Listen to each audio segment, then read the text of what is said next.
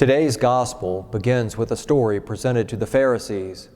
The Pharisees believed in the afterlife. As Jesus tells the story, the rich man seems to have everything, and Lazarus has nothing. Then the story flips, and Lazarus has everything as he rests in Abraham's embrace in the afterlife, and the rich man finds himself in what we call hell. The middle part of the gospel is a dialogue between the rich man and Abraham, as the rich man begs for mercy. First, the rich man asks for Lazarus to bring him water. Abraham resoundingly delivers the news that no such help with water is coming, because he is out of reach from any help. This may sound cruel, but a Jew at this time, the rich man would have immediately been reminded of the covenants God established in the Mosaic laws.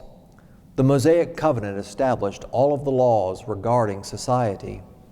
A key part of the law talks about caring for the less fortunate, and an example required the farmer to leave food in the fields that could be gleaned by the poor and sojourner. The rich man stepped over and around Lazarus. Never did he share his abundance with Lazarus, who had nothing, and the rich man ignored him. Perhaps the treasure that he should have been storing up was at his doorstep and named Lazarus. At the end of the story, the rich man begs with Abraham to send someone to warn his family that they too might not make the same mistake and be forewarned.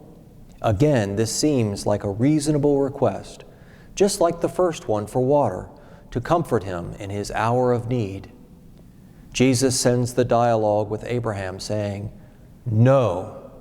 Abraham then resounds the long story of salvation that has been offered. Abraham tells him, if they didn't believe Moses and the prophets and all the mighty acts of God, then they will not believe when someone returns from the dead. Lent is a time to draw near to God. It is a time to remember the greatness of salvation history. It is our opportunity to embrace the great gift that has been given to us.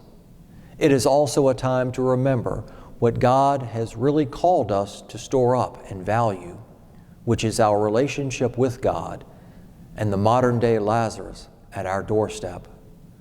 Today, February 29th, is a special day that only comes around once every 4 years. May we make it a special day by focusing on our relationship with God and neighbor.